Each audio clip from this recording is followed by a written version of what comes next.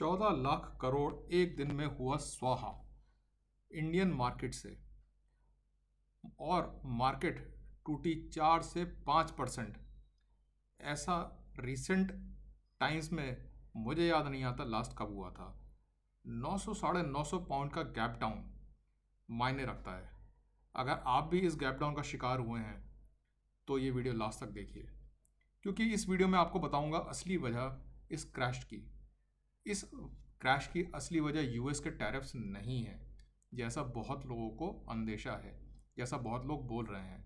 बिल्कुल भी यूएस के टैरिफ इस क्रैश की वजह नहीं है, मगर इस क्रैश की वजह और कुछ है। ऑयल नीचे जा रहा है, गोल्ड टूट रहा है, क्रिप्टो टूट रही है। कोई तो असेट क्लास ऐसी हो जहां पर लोगों को सिर छुपाने की जगह मिले, मगर ऐसा कुछ भी नहीं है। ऐसा कब होता है, किन हालातों में होता है? देखिए, ये जो सिचुएशन है ये वॉर लाइक सिचुएशन है, और वॉर लाइक सिचुएशन में कुछ भी, कोई भी कहीं पर भी इन्वेस्ट नहीं करता है, मगर अपना पैसा अपने पास रखता है।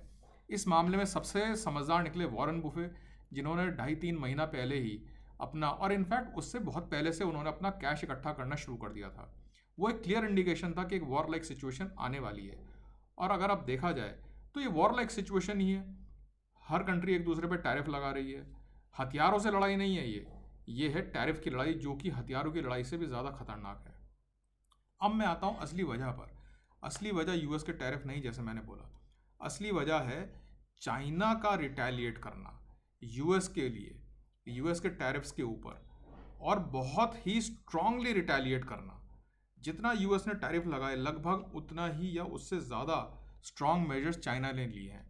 34% तक टैरिफ लगाए।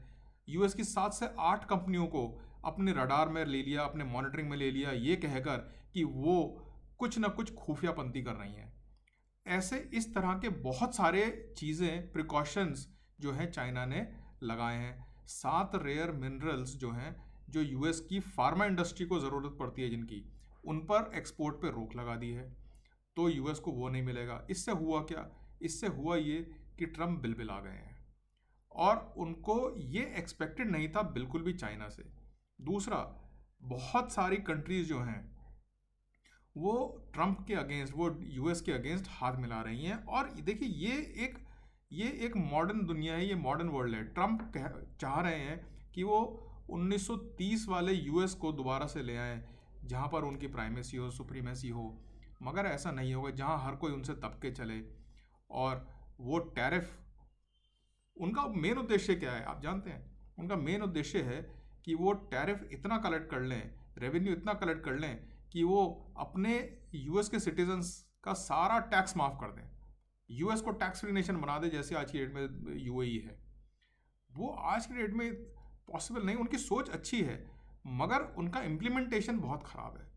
और हुआ क्या है कि सिर्फ उनके देश में, मगर पूरे ग्लोब में ये इतनी बड़ी समस्या बन गया है अब आज की डेट में कि इससे उभर पाना पता नहीं कब पॉसिबल हो पाएगा।